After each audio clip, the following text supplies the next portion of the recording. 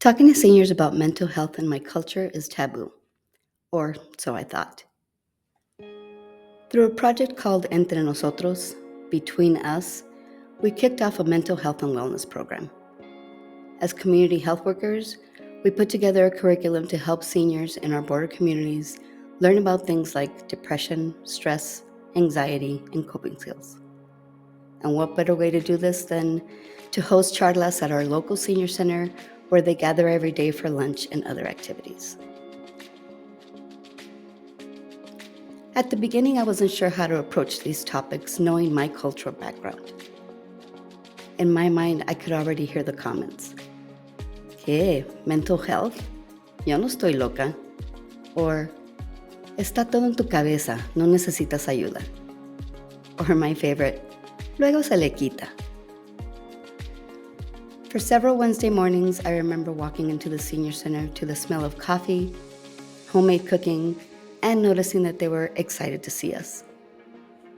Elena would shout out, "Ya llegaron los muchachos, Julieta," and greet us with a "Buenos días," as everyone grabbed their styrofoam coffee cups, pan dulce, and headed towards the room at the back of the senior center. We dove into topics like depression, and one woman opened up about how she just kept herself busy after losing her child. Her story was heartbreaking, yet powerful, and I thought to myself, wow, people are resilient. When we discussed anxiety, a man recalled his battle with alcohol abuse back in the 70s. He shared how a judge had given him an ultimatum: shape up or get deported back to Mexico. That moment was a turning point for him, and from that day forward, he just stopped drinking.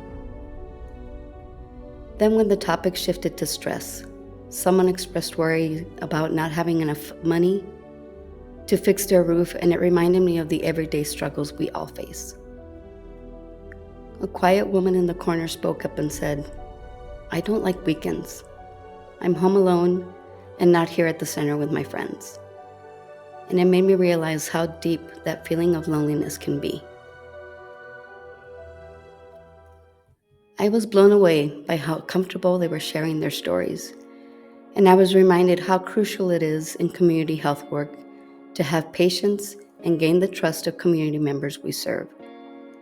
And most importantly, that I can't make assumptions about people's understandings. Sometimes our role as community health workers is simply to create a safe space for people to be able to express themselves. So I guess it's not as taboo after all.